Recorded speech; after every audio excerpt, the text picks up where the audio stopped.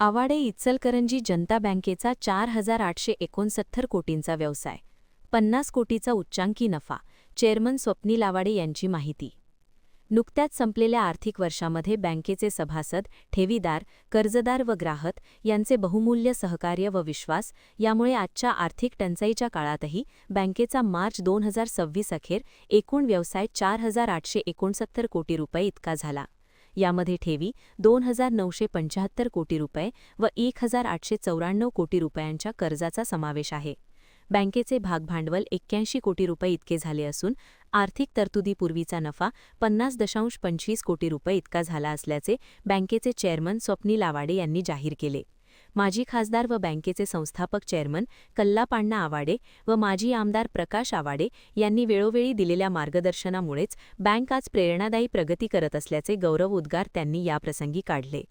कठीण परिस्थितीतही बँकेने आपल्या प्रगतीचा आलेख कायम ठेवला असून ढोबळ व निव्वळ एनपीएचे प्रमाण मागील वर्षाच्या तुलनेत कमी झालेले आहे.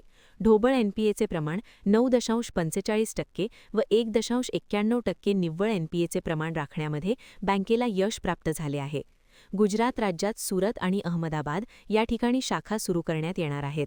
इंटरनेट बँकिंगची सुरुवात झाली असून रिझर्व्ह बँकेने दिलेल्या उद्दिष्टानुसार 40 कोटींपैकी 38 कोटींचे बॉन्ड विकले असल्याचे त्यांनी सांगितले.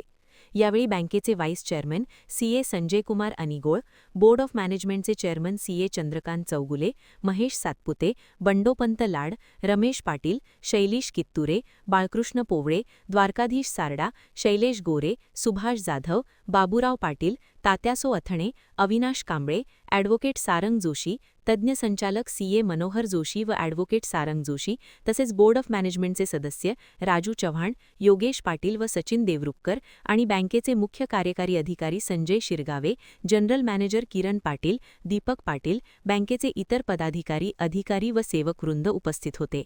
महान कार्य न्यूजसाठी सुभाष भस्मे, इचलकरंजी.